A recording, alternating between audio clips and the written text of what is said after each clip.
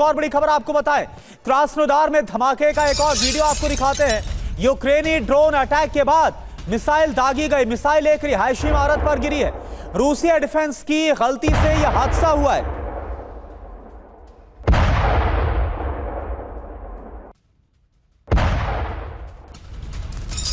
और एक और ताजा खबर है, रूस के क्रास्नोदार के नोवाया में भी तबाही मची है। इमारत में भीषण आग की तस्वीरें जरा देखिए।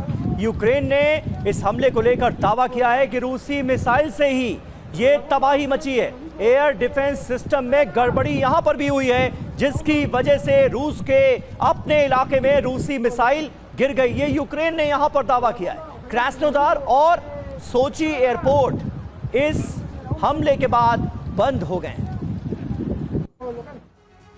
और एक और बड़ी खबर, रूस ने यूक्रेन के दावों को सिरे से खारिज किया। यूक्रेनी हमले से क्रास्नोदार में तबाही मची है, ये रूस की तरफ से कहा गया।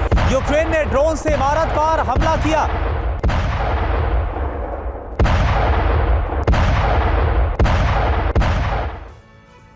तो देखिए, रूस के शहर क्रास्नोदार क्राई में भारी तबाही हुई है। सवाल यह है कि यह हमला किसने किया। रूस और यूक्रेन दोनों के दावे अलग अलग नजर आ रहे हैं। ऑपरेशन क्रास्नोदार से जुड़ी अहम खबर आपको बता दें, क्योंकि रूसी शहर में विध्वंस हुआ है और रूस को ही इसके लिए जिम्मेदार बताया जा रहा है। बड़ी खबर यह कि क्रास्नोदार में भीषण हमले से एक इमारत तबाह हो गई। बारूदी आग में 12 घंटे से इमारत जल रही। इमारत पर हमले से रूस यूक्रेन आमने सामने आ गए।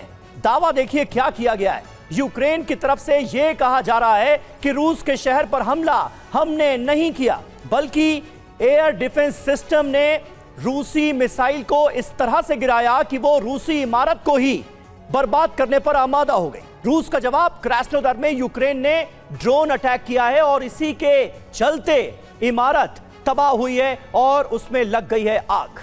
इसके अलावा यूक्रेन का दावा क्या है, S-300 और S-400 जो कि रूस की एयर डिफेंस सिस्टम है, उसी से जो मिसाइल निकली उसने तबाही मचाई है।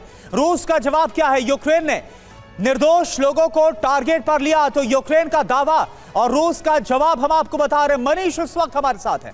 मनीष, आपके पास क्या जानकारी आ रही है, क्योंकि यूक्रेन जहां बोल रहा है कि भाई ये जो रूस का S-300 एयर डिफेंस सिस्टम है, ये उसी से मिसाइल फायर हुई और उसी ने क्रास्नोदार में कहर मचाया, लेकिन रूस का कुछ और कहना है। आपके पास क्या जानकारी?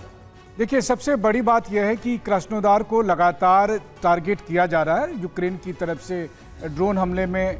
मुझे लगता है कि शायद ही कोई ऐसा दिन है जब क्रास्नोदार पर वो टारगेट नहीं करते हैं, लेकिन इस बार का मसला अलग है कि दोनों देश एक दूसरे पर आरोप लगा रहे हैं कि सिविलियन कैजुअलिटी के लिए वो जवाब दें। हाँ, ये बात सही है कि कई बार ऐसा होता है कि आप एयर डिफेंस को इंगेज करते हैं ड्रोन को मारने के लिए और फिर उसका मलबा आकर गिरता है, तो वैसी स्थिति में आप दोष किस पर देंगे? मतलब कि ड्रोन आया इसीलिए एयर डिफेंस का इंगेजमेंट हुआ, या फिर एयर डिफेंस के जो मलबे हैं वो नीचे आकर गिरे और इसलिए लोग मारे गए। लेकिन कुल मिलाकर यही बात है कि रूस यूक्रेन बॉर्डर पर बेलगोरोद से लेकर क्रीमिया तक के बीच में जो भी छोटे बड़े सभी तरह के शहर हैं, वहाँ पर लगातार ये टारगेट होते रहते हैं और उसका परिणाम है कि ये कैजुअलिटी हुई है।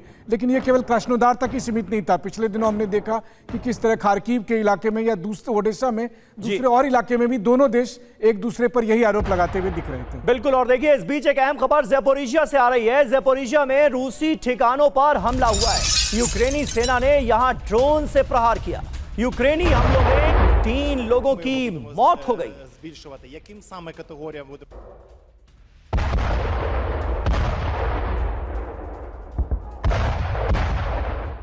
और एक और बड़ी खबर, रूस के खिलाफ विध्वंसक हो गया है और ज्यादा यूक्रेन के रक्षा मंत्री की रूस को सीधी चेतावनी, हमारा टारगेट 50,000 रूसियों को मारना है।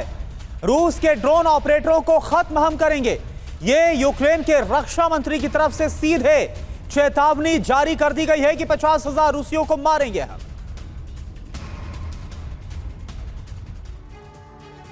तो जेलेंस्की का मिशन 50,000, जी हां, कई बड़ी चेतावनियां दी गई हैं। 4 चेतावनियां आपके सामने। हर महीने 50,000 रूस के लोगों को मारेंगे। दूसरी चेतावनी, पिछले महीने 35,000 रूस के लोग मारे गए। रूस में तबाही के लिए नई यूनिट्स तैयार करेंगे, बनाएंगे। रूस के ड्रोन ऑपरेटर्स का शिकार किया जाएगा। मिखाइलो फेडोरोव, जो कि यूक्रेन के नए रक्षा मंत्री हैं, उनकी तरफ से ये बातें कही गई। जरूरी जानकारी देखिए क्या है। मिसाइलों को इसी महीने रक्षा मंत्री मिखाइलो को बनाया गया है। नए रक्षा मंत्री को नई युद्ध रणनीति बनाने को कहा गया है और वो इतने आक्रामक बयान दे रहे हैं। पिछले रक्षा मंत्री के काम से दरअसल ज़ेलेंस्की खुश नहीं थी और उसके बाद मिखाइलो को यह जिम्मा सौंपा गया है। सरदाना साहब, लेकिन जिस तरह से चेतावनी दी जा रही है रूस को, वो भी तब जबकि रूस यूक्रेन के तमाम इलाकों में बढ़त बनाता हुआ, हावी होता हुआ नजर आ रहा है, इसका क्या अंजाम हो सकता है? देखिए, अगर यूक्रेन की हालत खराब नहीं होती तो पहली बात उनके रक्षा मंत्री को हटाया नहीं गया होता। दूसरी बात, जो रक्षा मंत्री है वो खुद नहीं लड़ते हैं, उनके सैनिक लड़ते हैं। तो पार्लियामेंट में बयान देना अलग बात है और लड़ाई के मोर्चे पे खुद जाना अलग बात है। तीसरी बात, जो उनका एरिया है, यूक्रेन का एरिया है, वो उस पर लगातार रशिया काबू पाए जा रहा है। तो ड्रोन के अटैक हो रहे हैं, इतने आक्रमण, ऐसे बयान देना अपने देश को और बर्बाद करने की तरफ ले जाते हैं। रक्षा मंत्री उनके देश की रक्षा नहीं कर रहे, अपने यूक्रेन की बर्बादी की तरफ बढ़ते जा रहे हैं।